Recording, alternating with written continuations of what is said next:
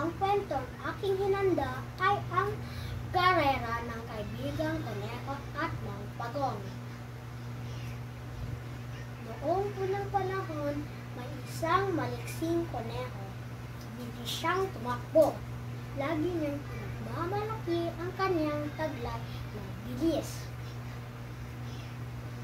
Isang araw, nakita ng koneho ang Pagong na mabagal na naglalakad at tinawanan niya ito.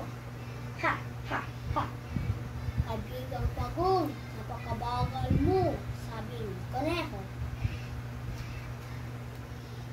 Kumusta kaibigang Koneho? Tama ka, mabagal nga ako.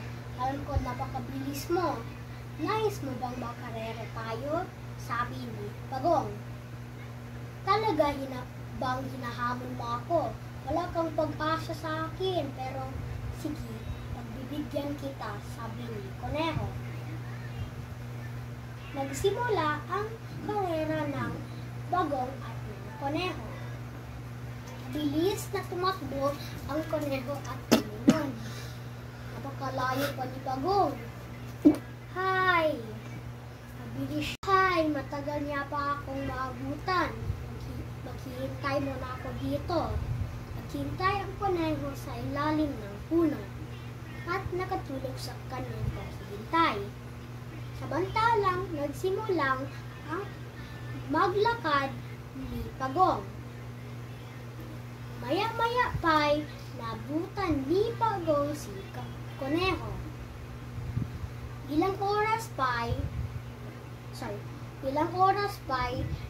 nagising si Koneho at nakita si Pagong malapit na sa dulo ng karera. Mabilis na tumakbo si Koneho. Gayunpaman, nahuli siya at natalo. Tuwang-tuwa ni Pagong sa kanyang pagkapanalo. Dito nagtatapos ang kwento ng kaibigang Pagong at ng Koneho.